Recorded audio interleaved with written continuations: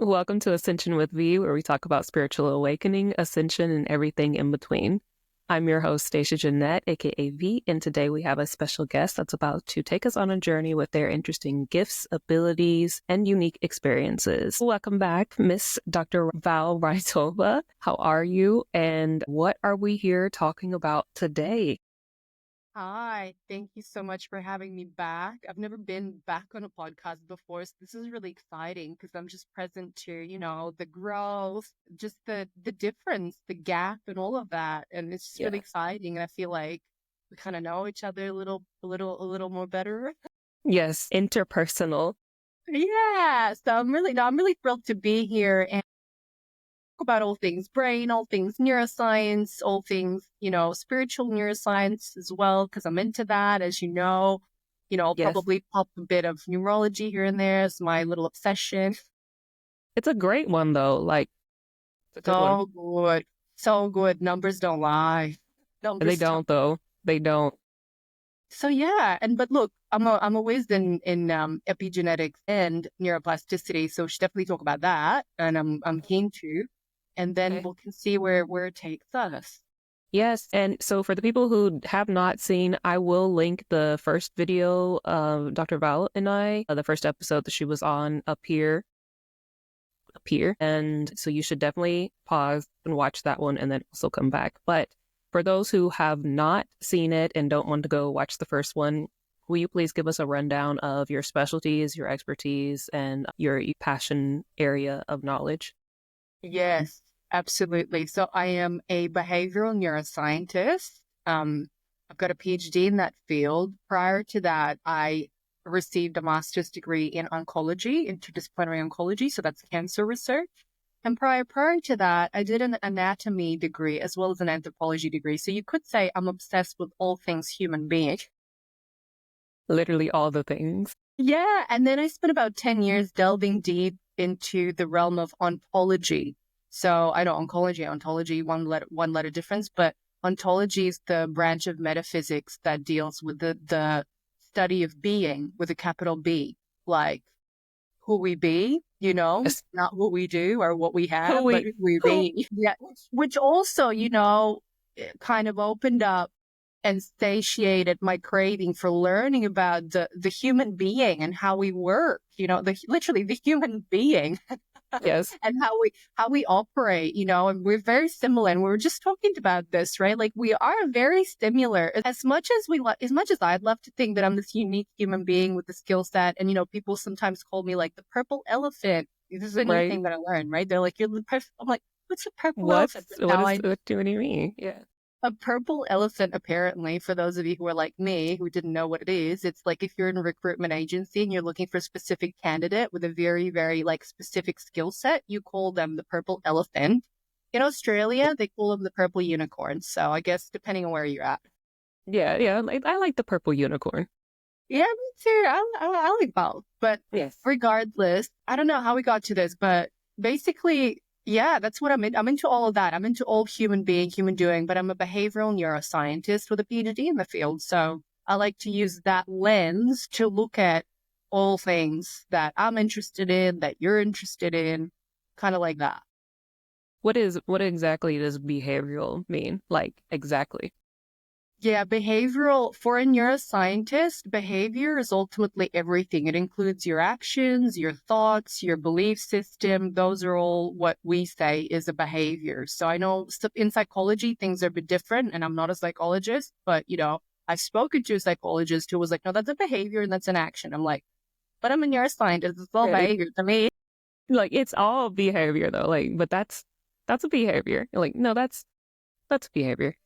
So yeah, Okay. from the neuroscientific perspective, as a behavioral neuroscientist, like all your actions, thoughts, feelings, emotions, they are either behaviors themselves or like subsets of behaviors. Like why we do what we do. What drives us is a behavior. What's our motives? That's like a behavior. If you're a driven person, being driven is a behavior. Mm. And then there's Impulse. the underlying mechanisms underneath that, which is really what I spent my PhD doing, is deciphering the molecules, the neural circuits, the different brain areas involved in different behaviors, particularly anxiety-related behaviors, fear-related behaviors, social behaviors. That's what I did my PhD on, Okay. Okay. And later I actually went to do a postdoc, coming back to the question of what am I? What have I done? What am I? What's Dr. Val about? I did a postdoc, so kind of after my PhD, I did research on neurodegenerative disease. So Parkinson's, Alzheimer's, motor neuron disease, the ones that deplete certain neuronal subgroups that lead to pathology and eventually death, which, also include a bunch of behavioral stuff. So yeah. Did you like it?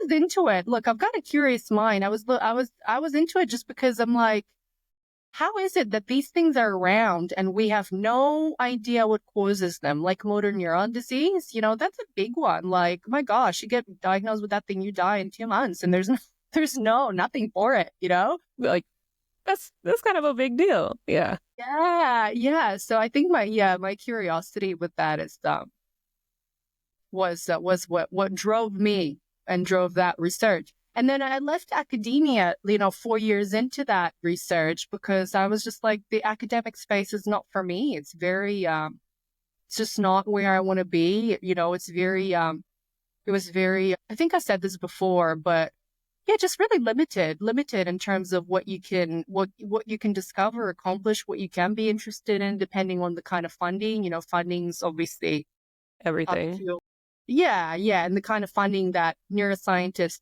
at least in Australia, although this is worldwide, get these days, it's like mostly from pharmaceutical companies. So you can expect like, hey, Right. the pharma is funding the research. What are we going to really research? And Right.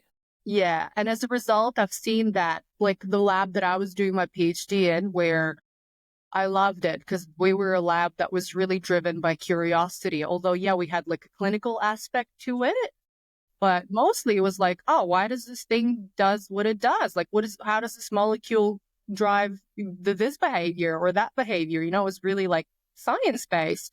Yeah, that lab got shut down at the end of my PhD. No more What? funding. Yeah, no more funding. Unless you can link it to a disease and you're like, need to make a drug, forget about funding.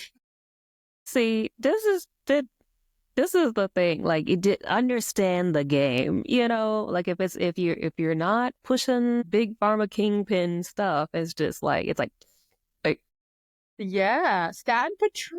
It's what it is. You gotta, as you say, I love how you can make everything so palpable and light, but material that a lot of people will get so dramatic about. But I'm like you. I'm like, listen, that's how the game works. what If you can't link it to a drug, bye. bye. Yeah, that's just because that's the facts of it. Look, people can be upset if they want, but that's the truth. Like, that's really what it is. Hey, listen, welcome to the real world. Yeah. Yeah. All Yeah. right. So All yeah, right, Val. I've quit that. And then coming back to what I do now is I started freelancing. Literally, like one of my biggest passions is to bring neuroscience to the public, like actually make it available, easily accessible, easy to understand. And just because that's why I became a neuroscientist, just so I could do research that makes a difference in the world with people in the world, not Right. in closed off communities of neuroscientists talking to each other. It's Right. really here. So I started freelancing, offering my services as a neuroscientist, whether, people wanted to do like one-on-one work with me, ask me a bunch of questions, but I've also devised courses, an online program on neuroplasticity and epigenetics, specifically for teachers and healers, because I find a lot of the healers and the teachers, once they get grounded in this kind of really D-based science, neuroscience model, it's very validating for them. And, I've ran a couple of courses thus far, and that's been my experience, that I've got these amazing like energy workers, breathwork workers, yoga people, practitioners that are like, oh, wow, I actually know what the heck is happening in the brain of my clients, what I'm doing. And I'm like, yeah, Yes. So Yes. that's what I'm doing now. And I love that because it does, you have the courage to branch off from the lab stuff, from the, the limiting kind of confinements that you were in the academia area, so that you could go and follow your passion. And now you're out here spreading your light and planting the seeds and helping the world with all that you've learned. And I love that, you know. And Thanks. it is, like I said, I think on the first episode of our podcast together, where I was like, this has been like the most validating shit ever. Like, because I'm like, I knew it. Like, I knew it. I knew it. Yeah. Yeah. I love to bridge the gap between, I'll say it like this. Yes, spirituality and neuroscience. Like, I love to bridge the gap. I really Yeah. do. And I think that's part of my Mission. intention and also my skill set, Yes. Yeah. Speaking about your skill set, I want to segue into the talk of the epigenetics. What is epigenetics and why is it so important? Why is it such a big deal? And how can we break that down for everybody to understand and grasp and be able to, use in their everyday life? Let's talk about it. Yeah, great. So epigenetics is the differential expression of our DNA according to our environment. So let me say that in another way.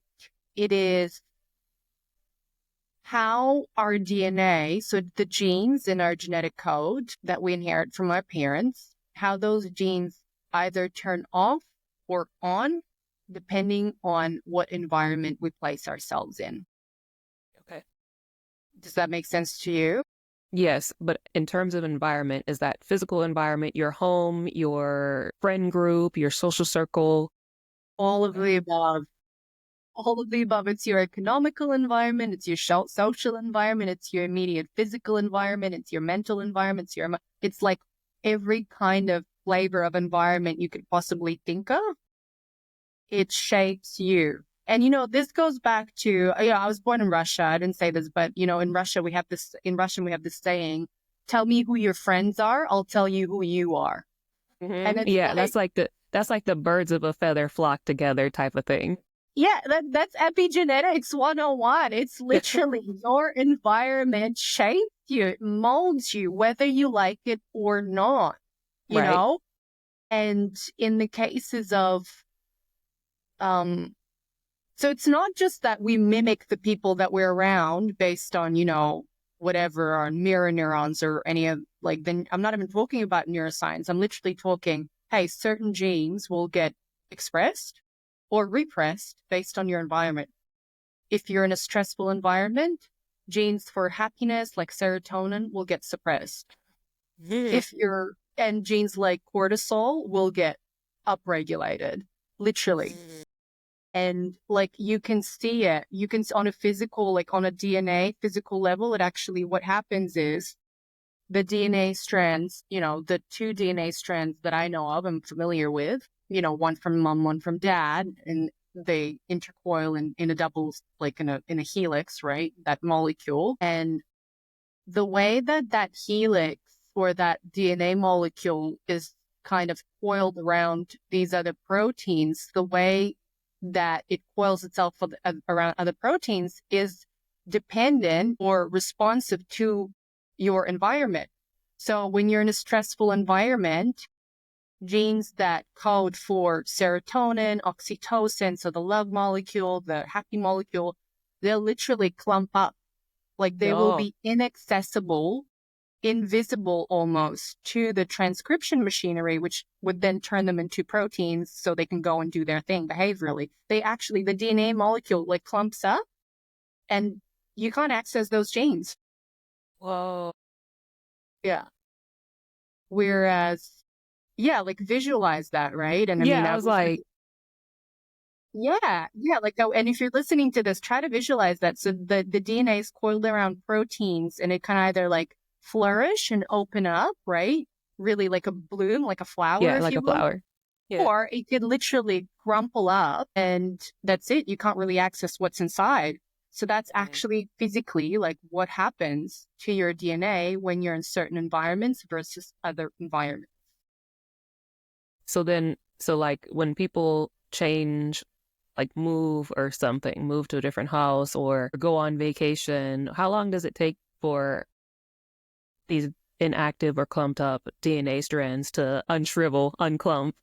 Yeah, yeah. Look, it takes, I think it's an individual question for some, it could take as much as like the first initiation of like, hey, you've been in a really stressful environment your whole life. Let's say you grew up in a dysfunctional family unit, which I think most people have. That's just the game Right? of That's life, just what's happening. Yeah, like that's just what happens. Yeah, Welcome to the game called life.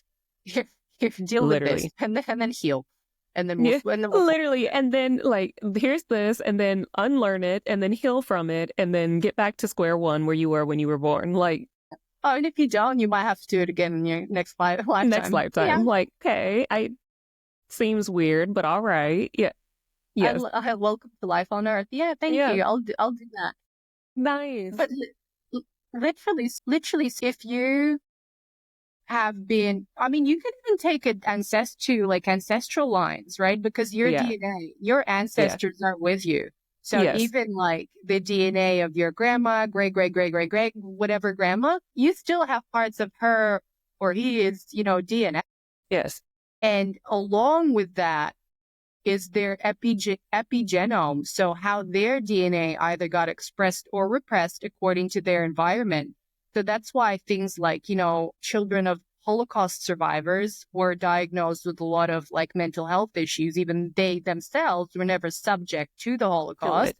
They were, a lot more severely impacted because they were born with the epigenetics of their parents who Hmm. had suffered through that. So they were like, oh, what's wrong with me? Well, hey, Yeah. Like nothing's wrong your with you, but past, right? Like your yes, past is, yes.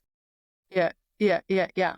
Um, but I forgot what your question was. I kind of got side. About There's this, this is literally, like I said, we're very similar. This is how my mind is all the time. I'm like, I don't know what we were talking about.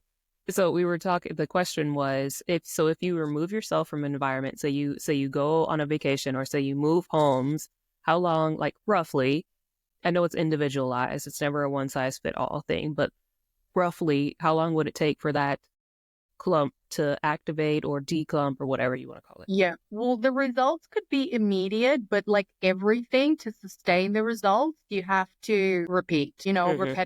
Repeat, like or stay in the positive quote unquote environment in your new environment and keep surrounding yourself with a positive environment to continue to unravel your DNA. Right, right, right, Yeah, so that it becomes like not a permanent thing. Nothing really is permanent in that arena. right, It really isn't. Things change all the time, but if you want to kind of sustain changes, it's like going to the gym, right? right. You just gotta keep going, keep going, keep training the Like, muscles. It's like you gotta keep it's like a surrounding yourself with that positive environment, whether it's socially or whatever, right. physically. Yeah, like I gave the example prior to us recording of where my childhood home was very much, it was like, I always refer to it as like the training ground for me and my spiritual gifts and everything, the typical, child of divorced family, single mom, raising the kid. And then I was always home by myself. And in general, it was just like not a happy home. It was always something chaotic, a lot of dark times in that home. And that's also where I became really, really sick, and so at 28 was when we moved from the house, and I was like, we've got to get out of here. Like I literally made the decision. I was like, we're moving.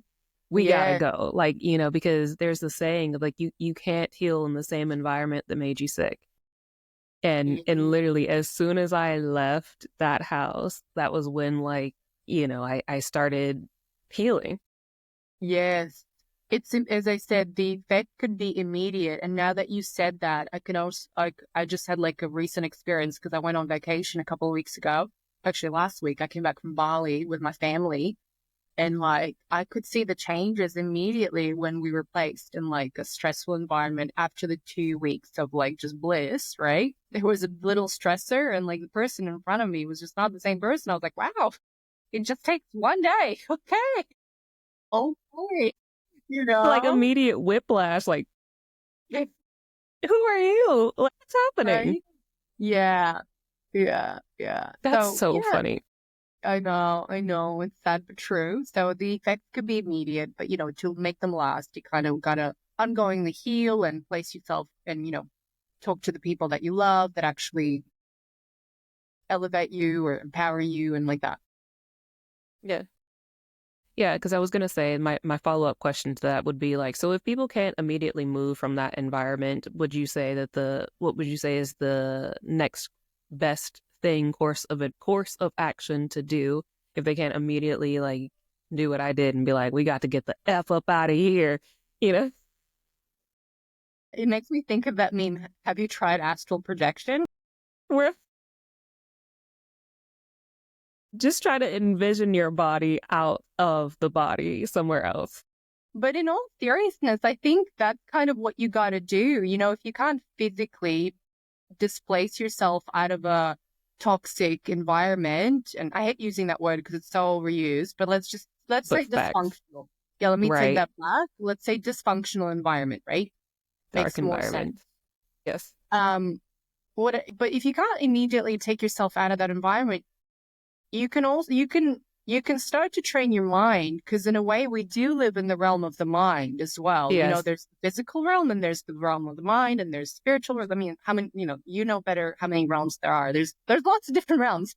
Right. The ones that I find easily accessible are the realm of the mind. Exactly. So in Exactly. the realm of the mind, you can train your mind to there's just so many ways in which you can do that. You can listen to podcasts, you can read books, you can do mindfulness, meditation. I mean, radionics, if you're into that. Like, What is that? gosh, there's radionics. I learned this recently on a podcast. So it's like a machine and nobody knows what's in it. It's like a bunch of wires, but it can heal people. Okay. And I thought it was like, I kid you not. I was like, hey, this is bullshit. I'm a scientist. There's no way this works. I'm a scientist. Yeah, yeah. And by the end of listening to that practitioner on that podcast, I was like, I'm into this. I want to try this. Like, I was so, Like, what she is was just, this? yeah, no, it's like, it's got some, I think it works on energy and the practitioner has to be well versed as well. But ultimately, I think the practitioner and the machine and, the realm of the mind and the spirit realm work all together inside of, anyway, I'm not an expert on radionics, but that's my understanding of it. It's like a machine with a bunch of wires in it, a practitioner that uses it to heal people or themselves using different frequencies. Right. And it Okay. works. And it works. Okay. Well, I mean, I use tuning forks, and I can vouch for tuning forks because of the energy and the frequencies. Different frequencies do different things and have Yeah. different benefits, you know. So Yeah. like I can vouch for that standpoint, and it's equally important to know your own energy and be kind of like a top tier master of using energy in general, depending upon how the effects will be, when you're using that. So I get it. Get it. I get it. Yeah. I mean, from that, I think I have a similar understanding in that, it's something that I'm not an expert in, but ultimately works with energy, frequencies to heal people. Feel And right. if the practitioner knows how to use it, well, it doesn't really matter what the tool is. If you're into it, Go go, ahead. Right. go for it. Yeah. Go for it. Uh, but what I'm like to come back to, yeah, you can use whatever tools are you're into ultimately or that appeal to you. Yeah. I'm Yeah. all pro choice. So do whatever you need to do, whatever you're into to heal yourself. Even if you're in a dysfunctional environment, you can practice breath work, meditation. I mean, those are just kind of easy ones. You don't need anything for it. Exactly. Yeah. And I mean, it just thinking about, Nelson Mandela when he was prisoned for so long, like he probably accessed the realm of the mind a lot.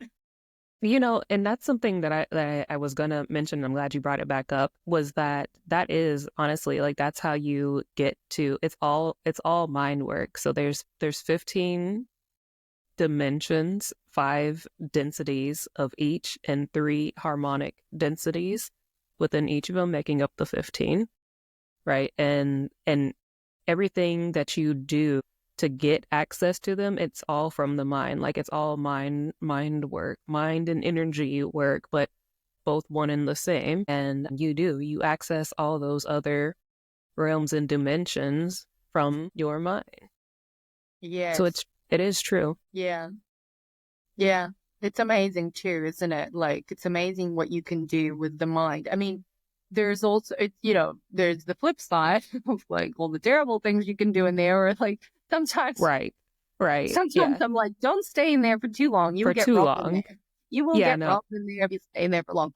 But, you can also flourish in there. It depends. I mean, that's the vast field of the mind, isn't it? Right. And I've also been there as well, like where I spent so much because I was isolated because I was sick, and I spent a lot of time just in my mind, and I created my own biggest beast in there because, and again, but then alchemy, and I ended up kind of transmuting that and making it an ally, right? And it became a strength rather than something that was holding me back, or playing into my pain or playing into my suffering.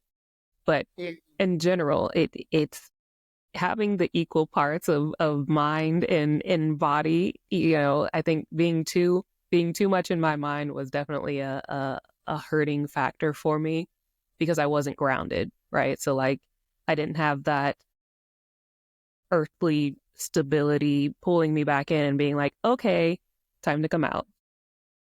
But yeah, okay, so next thing I want to Yeah. talk about was the neuroplasticity side of it. Yes. But just 1 second before we go into the neuroplasticity, I want to say a couple more things about epigenetics before that. Yes. Yes. So there are different ways in which I talked about one way in which your DNA can sort of express itself or not, depending on what environment you're placed in. It either opens up or crumples up on itself. And then there's actual physical, it's called DNA methylation. And, people like Joe Dispenza talk about it a lot and stuff like that. But it's like literal chemical tags that are added to certain genes to suppress their expression. That's another way that, certain genes can be turned off depending on your Okay. environment. What is it called? DNA methylation. So there are methyl groups, which is a chemical compound, essentially, that's added. They're like little tags, I would say, like a tag or a flag, however you want to Yeah. visualize. But it Yeah. literally flags that gene and says, no, we're not gonna, this one's not, it's not happening. Like, oh, didn't make the cut. Yeah, and that information will get passed down to, again, from your ancestors. That's why they say, I like to use this example because it's quite drastic, but if like I was working in this, next to this addictions lab during my PhD, and they discovered that if somebody did meth 4 generations down the line, that addictive behavior will still be in the DNA of the person 4 generations down the line, like that info. Yeah. That the person 4 generations above did meth. Yeah, did meth. Snap. Yeah, right? So I'm like, I hope that your great-great-great-great-grandmother wasn't a meth addict, but Right. Like, well, you yeah. should know that though. Like, what you should know. Yeah. Yeah, but that's kind of like, that's epigenetics for you. That info will get sort of passed down. And then again, the beauty of it is if you now, okay, cool, but if you place yourself in an environment that is beautiful and, and you're not around mess, Yeah. that that doesn't matter anymore because now you've got other things. Right. Yeah. Other And thing. that's kind of what I wanted to end that conversation with, is that your environment is key and you can choose your environment.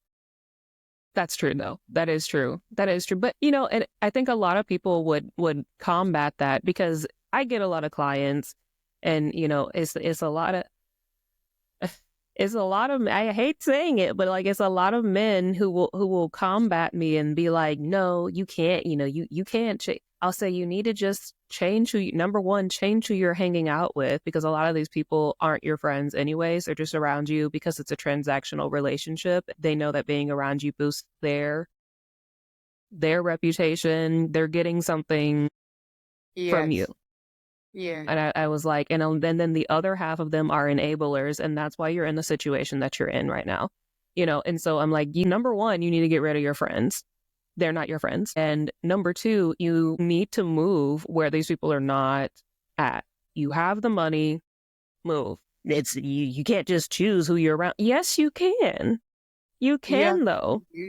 Yeah. I literally, that's the first response I get. I had a client the other day. He stopped talking to me for a week. Stopped talking to me for a week. CEO has never had anybody tell him no in his life. Nobody has ever called him out on his shit ever, you know. And I said, you can't just choose your environment. Yes, you can. You can choose who you want to be around, and you can choose where you want to be around. Yes. Yeah, and that's it. That's the beauty, I think, of being an adult in at least in Australia and whatever in America, I don't know. I mean, even in Russia, you can you can change your you can choose your environment. I'm just talking about like, globally, where I know there's like people that love to live with their parents and their parents and all that, different cultures. But even then, look, if that environment isn't supportive of your It's life, terrible. then just Right. get out, move. Like Right. literally, that's why I think if you're a child, it's different because you can't just leave, you're a kid. But once you're an adult, you choose. You get to live You your literally, life and you you choose your literally, environment. right. So no matter what's been passed down to you through the germline, you can alter the way that your DNA is expressed. So you can literally alter your life. Yeah. I think now that's all. Now I've said it with the epigenetic. Did we get it in? I said, and yeah. And so I think that's it. It's the way you said it with such with such aggression. And so, okay, neuroplasticity, also a super a huge thing that's going around, big topic. And I would love to hear all your knowledge and expertise and opinions and thoughts on this topic. Yes. Okay, great. Neuroplasticity is the capacity of your brain to alter itself or change itself based on new experiences. Okay. So like forming new habits. Yes, is one example of neuroplasticity, but the term itself like doesn't necessarily refer to like a neuron growing or whatever, like it includes that, but the term itself is literally the capacity of your brain to change itself based on new stuff happening. Okay.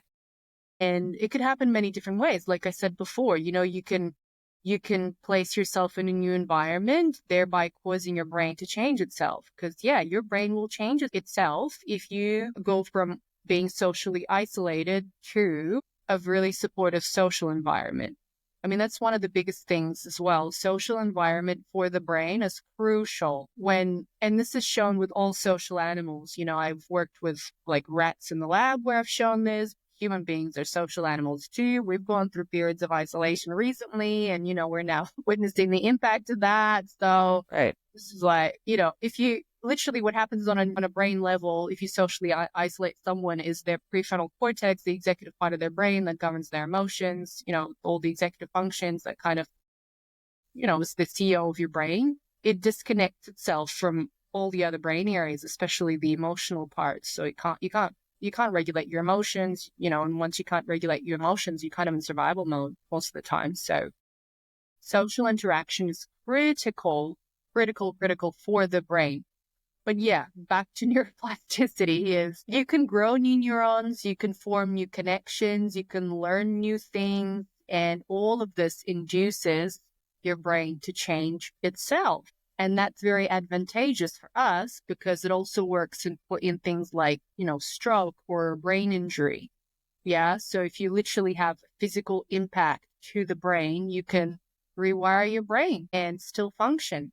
And that's why Okay. people with some, I think one of the famous stories is like Nico's story, which is a person had half a brain removed due to epileptic seizures, and they were still able to lead like a somewhat normal life with half a brain because the brain rewires itself. Yeah. See. I Yeah. mean, that's a I know very like, drastic. but still like it, like that's a an interesting thing. Like, whoa, you got half a brain. Tell me more. Yeah. Or the Henry HM case, which is the guy had also epilepsy, and then he had his hippocampus removed. The hippocampus is the part of your brain that deals with memories, like memory formation, memory processing, consolidation. But he was still able to form new memories. So it's like, wow, well, the brain rewires itself. Oh, But aside from like thing like injury, your brain will rewire itself if you learn a new language. Your brain will rewire itself if you take a new pathway to work. Your brain will rewire itself if you undergo spiritual awakening. Like you will literally form new neuronal pathways for stuff that you didn't know even existed. Like, Right. you know, Right. a long time ago in 2013, I started an ayahuasca journey, and I don't recommend. I'm not like pro ayahuasca or anything, but fact Right. is, I started an ayahuasca journey. That's what happened in 2013, and it altered my brain. I was like, oh my gosh, I knew all this stuff existed. I knew, and I knew that it wasn't all 3D, but geez, now I can. Now, How now was it? I've got How the was neural it? pathway. How was it though? It was transformational, for the lack of a better word. It was mind altering, because I literally, like, all the stuff that I knew, I had an inkling, right, that, hey, it's not all just 3D. And I was just at the beginning of my PhD. I think I was 25 years old, and I was like, oh, I want to do the journey. It was like the hip thing to do at the time. And Yeah. somehow it came to me, and blah, blah, blah. And there I was. But in the mall, like the first thing, I envisioned, I was like, oh, I've been here before. It was like, it's Right. like, been here before. Okay. And then, like, all time ceased to exist. Like, the way that our brain perceives time is linear. Of course, time is not linear. And I got to Time is experience. not. Yeah, I got to experience that all of it was happening all at once. Like, the dude in front of me, I was like, are you an Aztec person from 10,000 BC? Or are you the guy that was Wait. here 2 seconds ago? I'm like, Right, like, maybe, are y'all the same person? or Yeah. just it's all happening all at once, like all timelines. And I was just like, oh, that's amazing, like to actually experience it, like witness it as the experience rather than like I don't know, a conceptual piece of information, right? It was like, Wow. it was amazing. This is literally that experience where you were explaining about the time. That's literally how my brain is all the time. And that's how I do the readings that I do. Really, It's like when you amazing. see me, it's because I'm seeing all the timelines, but Yeah. like this is just my mind all the time. So Literally all the time. that's, wow, that's full on, because that's It's a lot. full on, because that happened to me in 2013 and I still remember it. That's what I'm saying. I'm like, But also, like, I was like, was that a second or was that an eternity? Like, I was couldn't that tell 10 whether it was years? an eternity or like a 1 second, And then I'd take a breath of fresh air and I was like, did I Did breathe I before? breathe? And I swear I've never done any plant-based medicine. I've never done any of these things. I've never done DMT. I've never done any acid. I've never done anything. But like, I'm telling you this because this is shit that I say every day. I'm like, have I blinked? Did I breathe? Am I breathing? Like Yeah. No, I'm there. Like, I remember this very vividly. But then also when I took a breath, I was like, wow, I just learned how to breathe. That's neuroplasticity. Literally, my experience was that I've never taken a breath before. Like, with every breath of fresh air, I was like, oh, wow, I'm learning how to breathe. This is amazing. And then I felt like all the abundance of oxygen in the universe, like this great sense of like the abundance of nature. Anyway, it was like trippy. the oneness, like But the it was oneness. like, yeah, oh, the oneness. I saw the oneness. Like, I literally saw, because I was sitting there, and I know now it sounds like I'm just explaining the psychedelic journey, which in fact I am. But hey, I'm a neuroscientist. But like what I saw was the guy next to me. He had the fractals on his like his face was made of fractals, right? It wasn't like there was this fractal pattern, but that it continued onto the air beside him and then onto the next person. So I literally saw the interwoven nature of everything. And I was like, oh my God, we're all connected. Like, I can see the connection, Well, see, I wanted to say it, but like I didn't want to interrupt you. And I was going to say, do you see people as like pixels? Yeah. It was all like, it was like that, and the connection of it all. It was amazing. It was really amazing. So look, in a nutshell, everything that I've said for the last 10 minutes or however long that was, it was neuroplasticity. Like, I caused my brain through that experience to grow new neuronal pathways and new neurons. And because it was associated with an emotion, like this strong sense of awe. Like I was just in awe, AWE, right? Like I was like, wow, this is incredible, right? Every time you pair an experience with a strong emotion, it sticks so much better. That's why I can remember it like it was yesterday, although I'm not experiencing now, but like the memory is vivid, right? Maybe it was yesterday. Yeah, exactly. Who knows? But, in this time frame, it was in 2013, so 12 years ago, Right. Right. according to the calendar that we go by today. Yeah, but every time you pair something with an emotion, the memory just sticks. And that's the basis of things like PTSD as well, unfortunately, right? Because there's a strong emotion that's paired with a memory. And so the fact is the hippocampus, the memory storage of your brain, lives or sits right next to the amygdala, which is the emotional processing part of your brain. They're literally like right next to each other. So every time a memory is paired with an emotion, it's like, boom, superpowers. So that memory is just consolidated way better than any other memory. And that's why you can remember things that, that are really, really joyful a lot better than, everyday, whatever stuff. I see. Yeah. It makes a lot of sense. Follow-up question on that. I guess it relates to some spiritual aspect as well, but do you think that's how people are able to, like, for instance, like I'm able to recall dreams really well, but is it because like I feel them like a real experience like this, like currently what's happening that I remember them, or how does that happen? How does the brain remember things like so vividly? That's really great that you asked that. I don't know, but what you're saying actually makes sense. That well, look, you're actually someone who's, who has the gifts that you have, and you've practiced them, right? Like you've done I them. mean, I was just born with I was just born like this. Yeah, but you're actively practicing them. You're not suppressing them right now. Like, you Right, know what I right. mean? Yeah. You're actually practicing them. You're not suppressing. Whereas if you were suppressing them, the principal basis of neuroplasticity is you can alter the brain, but then again, to actually make lasting change, you've got to repeat the behavior. So if one of your behaviors is one of your gifts, you got to practice it to make it an everyday phenomenon, like to make it the go-to phenomenon for your brain, Whereas if you were actively suppressing it, maybe you've had this experience, whether it was through, pharmaceuticals or Yep. just, Yep. just suppressed, Yeah. however, just not doing it, it wouldn't necessarily be the go-to behavior or neuronal pathway for your brain. Because the way the brain works is it'll choose the pathway of least resistance. And the pathway of least resistance is the most used pathway. It's like the habitual pathway. That's how, Okay. that's the basis of forming new habits and stuff, is you gotta redo it over and over again. So if you're someone who practices what your gifts, your abilities daily, I'm not surprised that, it comes through in your dreams as well. But then, but what you said about the emotions, I think it kind of pairs with that, because you're someone who's already practicing. And then during your dream state, you're actually more like sensitive to the emotions that you experience. So you can actually remember your dreams a lot more than other people. I'm the same. I remember all my dreams. It's like weird. Yeah. Yeah. Then But some of them like, are not do that you feel great. them?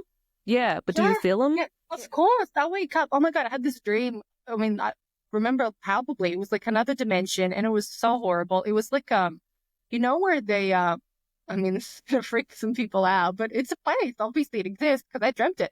It was like Earth. You know that movie Stranger Things, like the flip side. It Yes. was the flip side, but it Yeah. was like carcasses, bodily carcasses everywhere. Not like an abattoir with animal meat. It was like human meat, and I was like, what is this What is place? And I happening? woke up and I Yes. was like, that place exists. I'm like, for sure it Yeah. exists. I wouldn't Yeah. say. It was Yeah. so gross though. I was like, Yeah. gosh, this is disgusting. What Like, is where am this? I? Yes. Yeah, yeah. So Yeah. look, Definitely. Yeah. yeah, that's what I mean. But it was paired with that emotion. So I was like, so I love it. I love it. I think I just discovered something through you saying what you said, because I think it's absolutely valid. Like when there's strong emotion paired with a memory, whether it's from a dream state or a real, real, what's not, What but is real? Right. What is real? whether Yes. but let's just stick to whether you're sleeping or not sleeping. It's all real. Then the memory will get consolidated and remembered a lot easier if there's an emotion paired with it, for sure. Okay.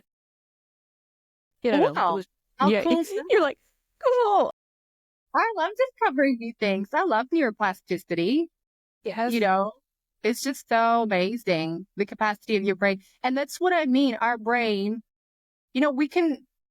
the human brain is amazing, but the way in which we use it is very limited, right? Because we're doing what we're doing. We're living the reality that we're living. It's not, I mean, yeah, it's great. Right. But like, oh, There's some limits to what we can experience. Or like yourself, I just explained to you that one time that I said that journey where I got to see and experience what you can experience on the daily without sitting the journey. So you formed those neural pathways.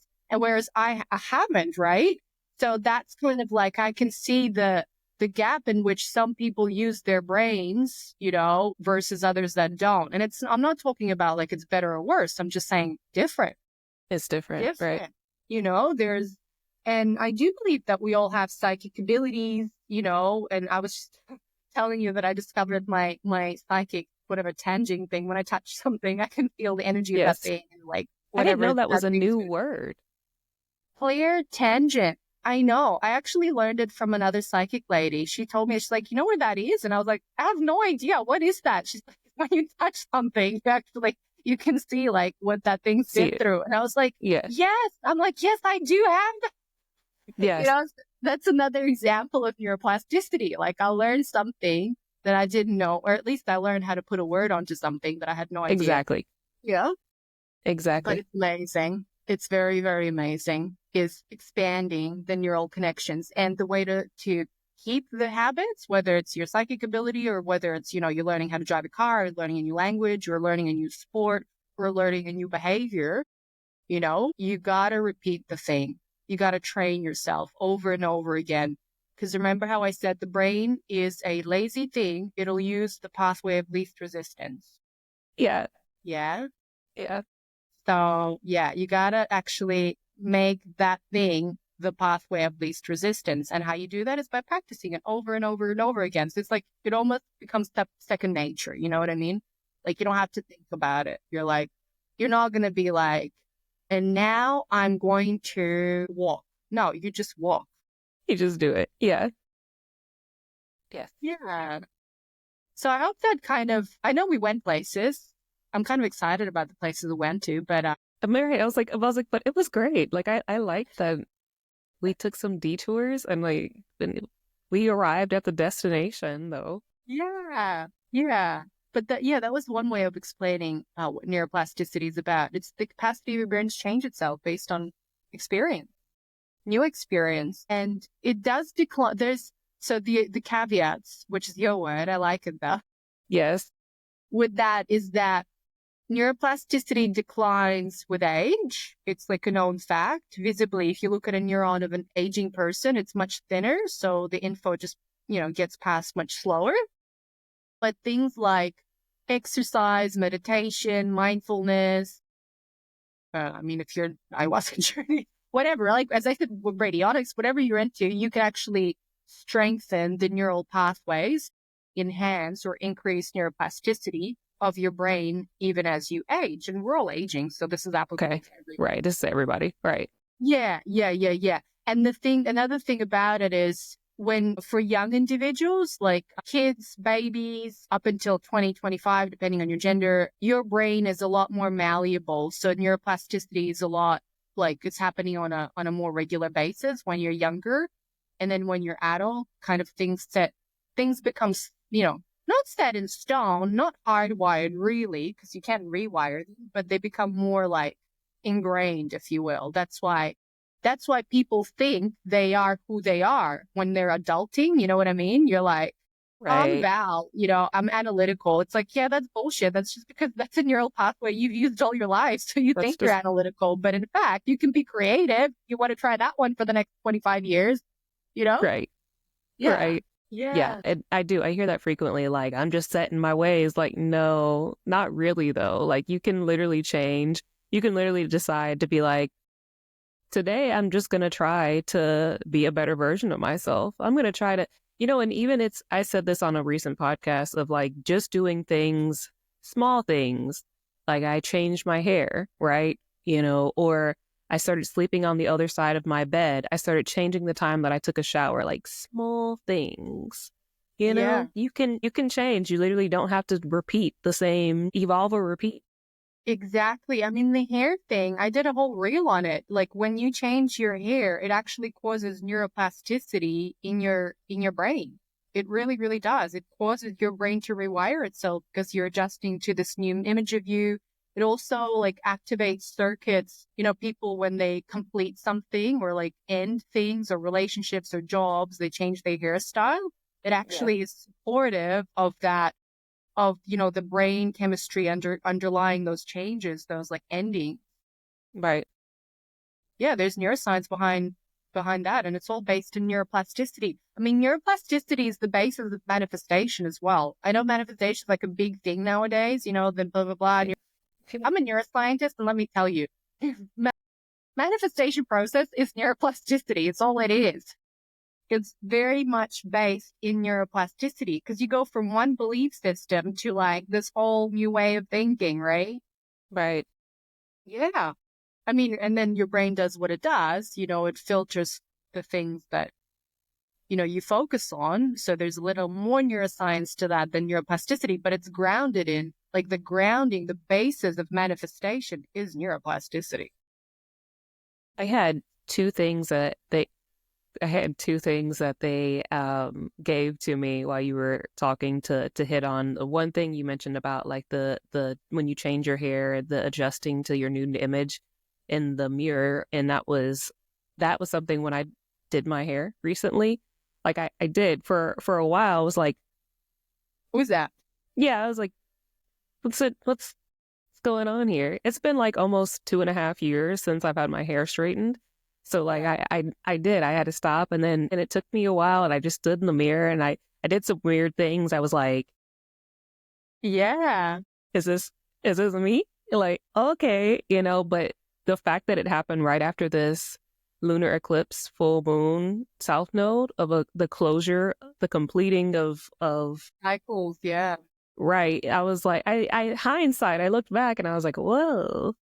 But that was the first thing that they made mention of. The second thing was when you're changing, not even changing, but like when you're starting to get into a new version of self, is there I mean, I guess you slightly hit on it, but is there a neuroscience or neuroplasticity attachment to that where when you begin that new cycle, like spiritually, do you know what I Mm. mean?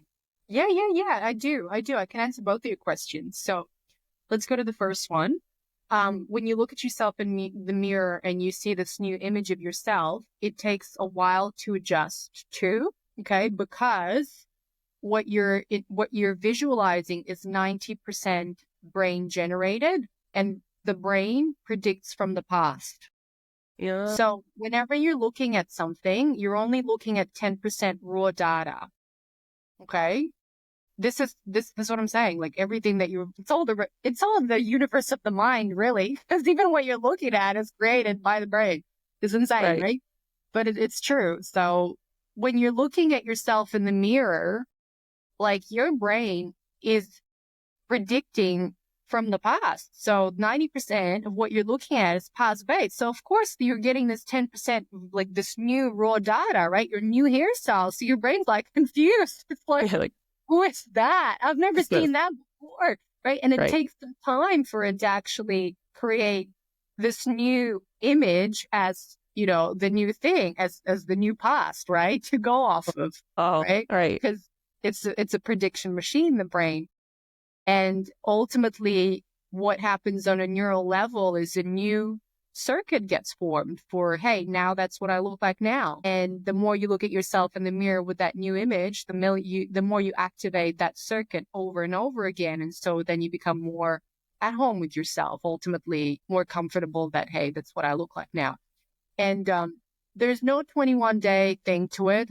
erroneous. I think I said this last time, but I'm going to repeat myself if not. So some people say it takes 21 days to form a new habit.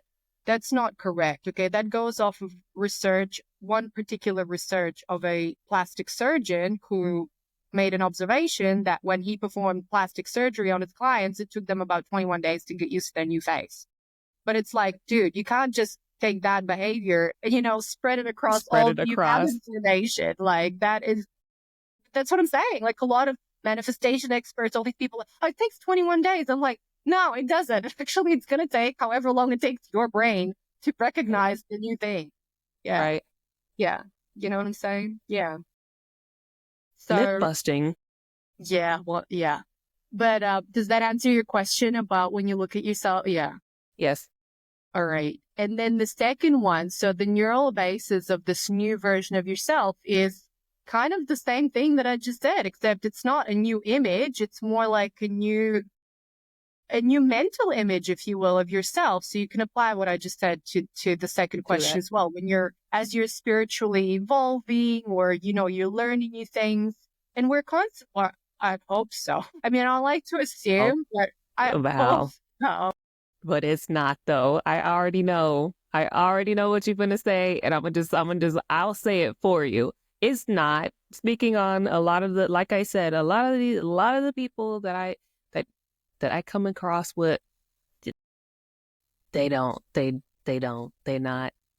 Well, what do they do? What are you doing? I mean, if you're listening to this, you're evolving. But I mean, what are you doing? Just maybe here. Because they just think, and again, maybe it's just, and I was gonna say maybe it's just the one who are like financially wealthy, and it's not just them. Like everyone across the board that I've seen, they're like, what? I just accepted this as this is how I am, and this is my life, and like, well, this is my family, and this is just what I do, and this is my job, and this is it, and I know all the things I need to know, and like, What about the Grand Awakening? When is that right, like, coming? why do you feel like?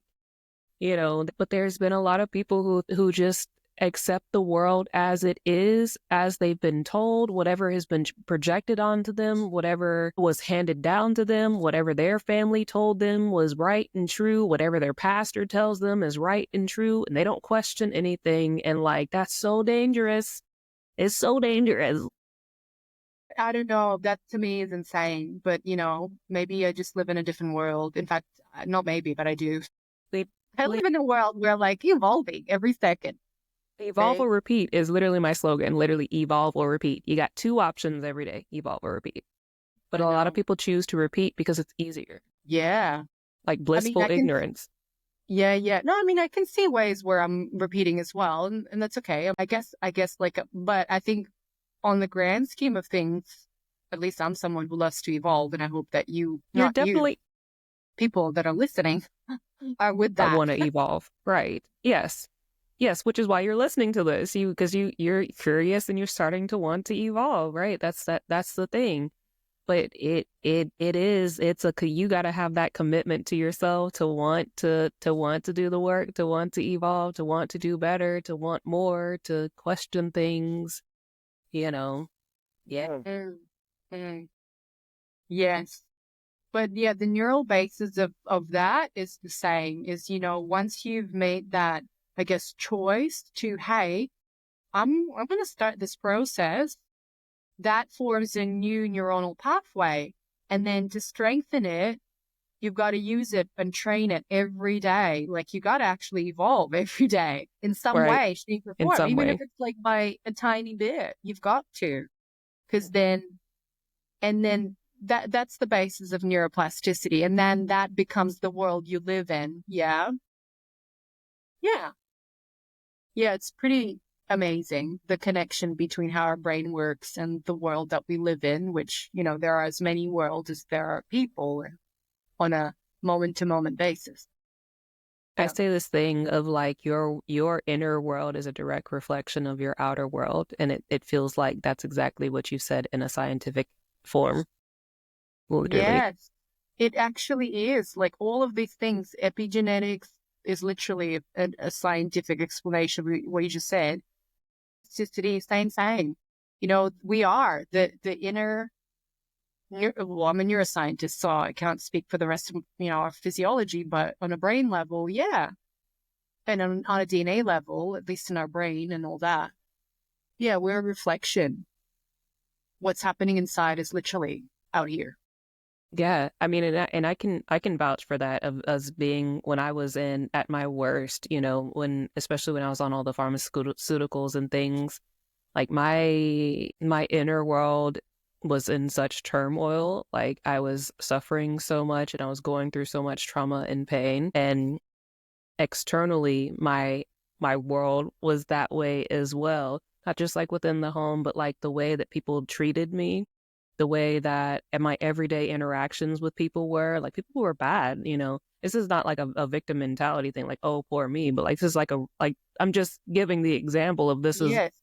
And so then when I made the decision within me to like take better care of myself, to start loving myself, to start watering myself, like gradually things externally started shifting. Like people weren't being mean, people weren't treating me badly. My home life started changing, Mm. and the more and more that I did that, the more and more my external world changed and the more and more that people treated me better. Literally, like, this is like I am a product of this exact thing. Yeah. And this is so great because it goes back to epigenetics. It is your environment, but also your mental environment, which is what you just explained. Like you altered that internal environment, which is also part of epigenetics, which then changed, you on a DNA level, neural level, all those levels, spiritual, like a million levels, right? And then the external environment started to shift as well. So there's a direct interplay is what I'm trying to say. Although epigenetics, what we spoke about before is like take yourself out of a bad environment, place yourself in a positive environment, see the changes. Yes, that's true. And that's not to say that the internal work can be just bypassed. Like Right, though. you've Right. gotta do both. Like there's an Right. intricate interplay, between the work that you're doing on your internal environment that's reflective out here. Right. Do do you think that that's also when you're doing these things, because like in the spiritual world we call this thing of like breaking, healing, or clearing ancestral or generational curses or trauma. Do you Mm. think that is an epigenetics or a neuroplasticity connection as well? Like can you link that to what I've just said there? Can you Yeah, make the yeah. connection for me? Yes, absolutely. So with the ancestral trauma or curses, how you clear that is through, yeah, it's like you've inherited all your ancestors' epigenetics. I gave the meth example before, but this goes for all the curses and all the stuff, whatever, anything ancestral, good, bad, ugly, all of that. Right. You've got it now, right? Right. So Right. yeah, yeah, so you do. It's in your genetic code. What do you want, right? It's there. And I know. You got it.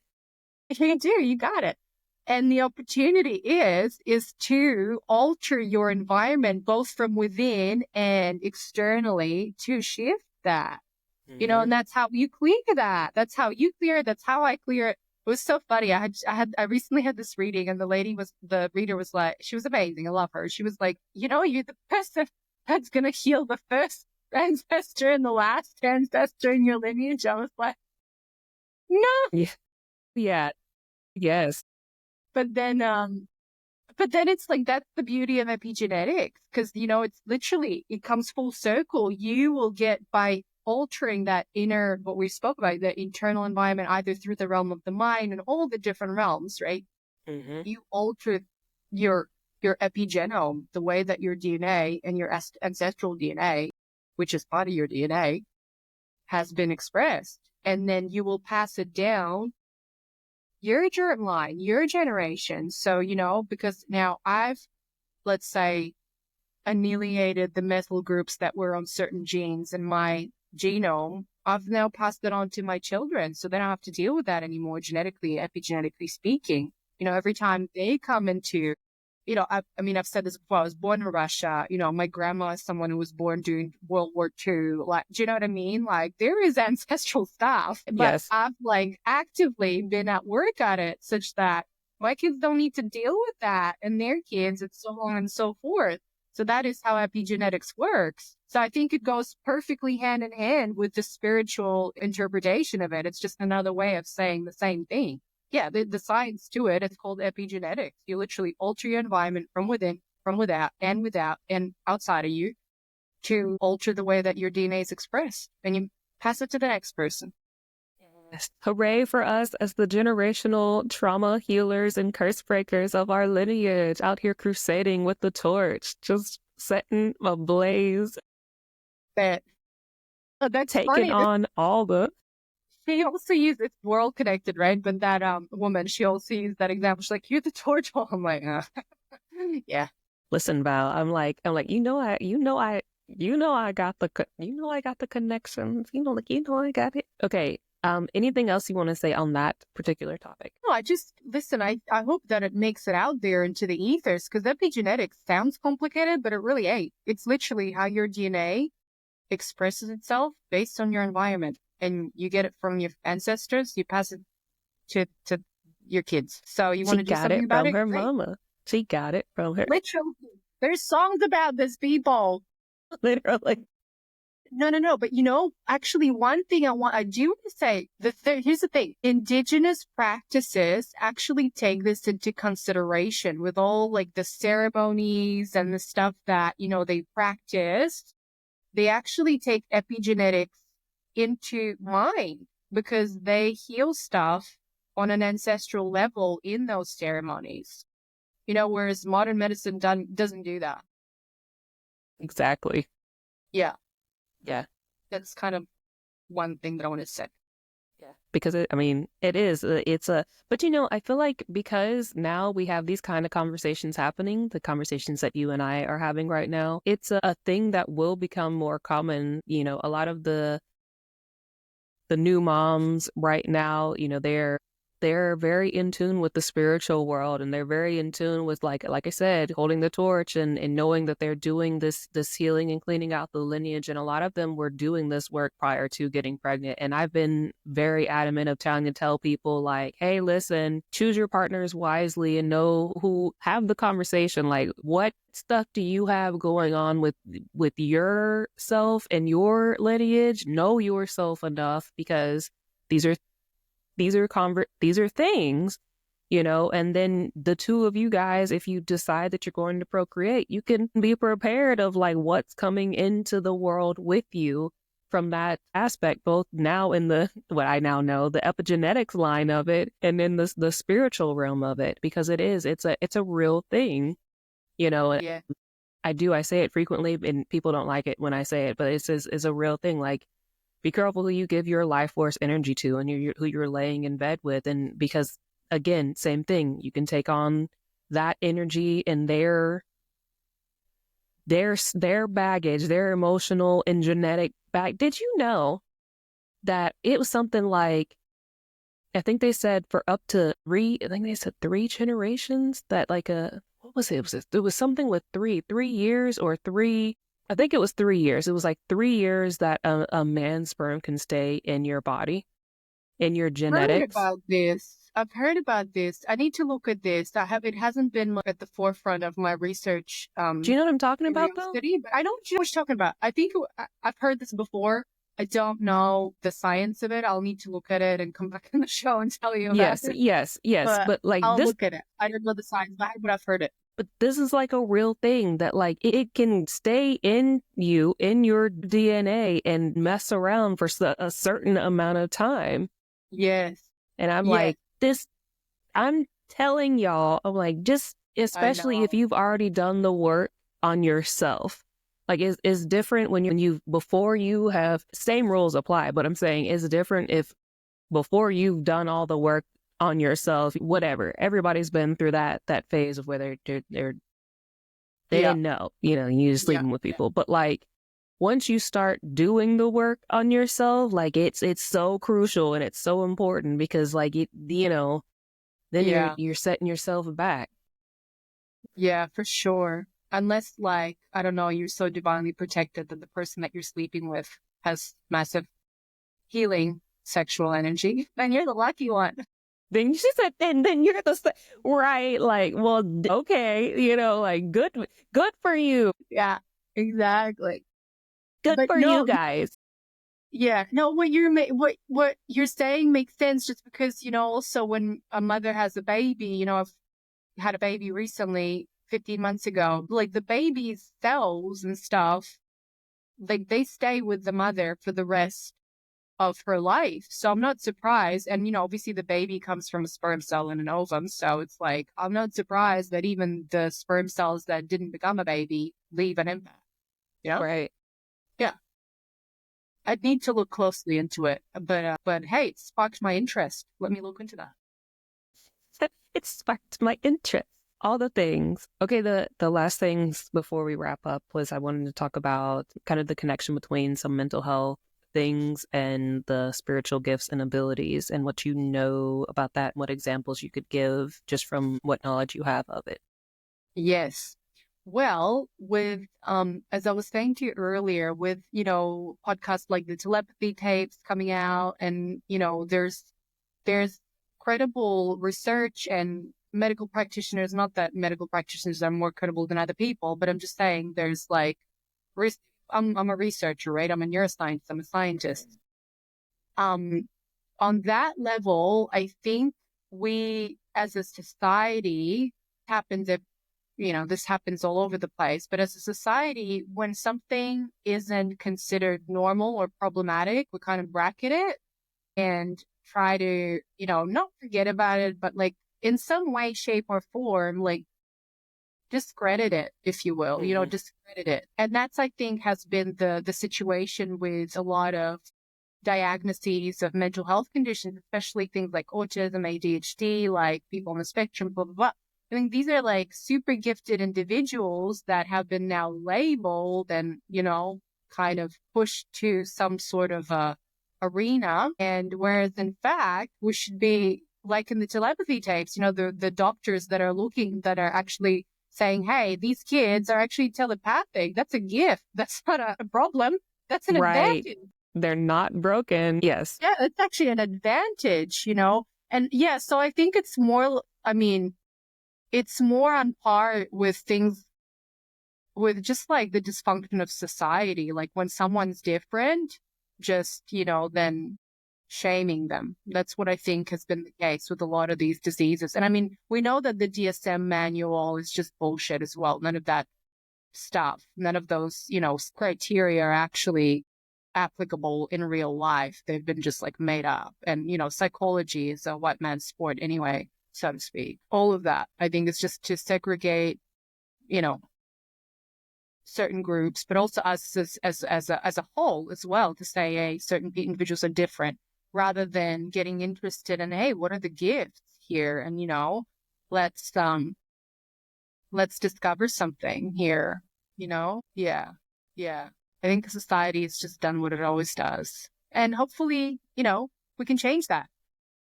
But We're in that definitely case, changing. yeah, I think that's a very, I don't know, maybe generalized way of saying what I've said, but I hope it makes sense. I think we've just ostracized people rather than looking at their actual gifts, and that's the way the educational system works too. Like Yeah. it's only like a one fit model. And I know I'm someone who's gone through the educational system like more than most people, right? In Right. fact, I teach at university. Oh, So yeah. You're in there. I'm in the system, right? But Yeah. but then also I'm that teacher that's very unconventional that like provides space for the students to be like, oh, wow, okay. And Right. we've all had that one teacher, even in the conventional Yes. educational system, who Yes. was like, yeah, I've had Different. that, what I'm talking about. Exactly. So Yes. I'm that Yes. teacher. I had a teacher like that. And that's what I'm saying is like the educational system is just a reflection of our society who's like, oh, you got this, so you can't be in this system. Like you got to go to Exactly. special ed. Then that's bullshit. That's bullshit. Didn't you actually alter the educational system? Because no two brains are alike. We're all neurodiverse. We're not all neurodivergent, but we're all neurodiverse. We all have different brains, and the educational system and society caters just for one brain type. I mean, that's just idiotic, for the lack of a better expression. Facts though. Facts. Facts. Yeah. So that's what I had to say about that one. Okay. Do you have anything else that you want to talk about before we close out, or no? No, this has been really fun. So I hope it was fun for the listeners to listen to this. It's been really fun for me. I'm going to re-listen to this and have fun myself. So just thank you. And thank you for being here. But before you go, please tell us what you have on offer right now and where people can find you. And of course, I'll always link it in the description box in the YouTube as well. Yes, yes, yes. Thank you. So do you offer a Neuroplasticity and Epigenetics 101 online course. It's a 6-week course online with me, and I record all sessions. So, people get them for life. And you can participate in that through my website, which is, www.drvalrytova.com. Or just send me an email about it. Otherwise, I do one-on-one work with people. If you really have like a question that you want to explore through the lens of neuroscience, get in touch. And then I'm Love of Brain on Instagram, where you can also get in touch. And I post little reels about, mirror neurons, this and that. So I'm pretty active there. Yeah. Hey. All right. And don't forget, I will have all of her information in the description box below. So don't forget to check it out there, and all of her links and things will be there as well. And also up here, you can see the first episode of our podcast together and look back on that if you've not yet seen it. Don't forget to like, share, and subscribe, and we will see you guys on the next one. Thank you so much, Dr. Val, for being here once again. And we'll see you again also, because we've got to explore some of the things that we talked about here. And you're like, hey, I'm about to come back with the rest of the evidence, some more research. Exactly. Thank you. We're looking forward to it. And until next time, guys, be squat.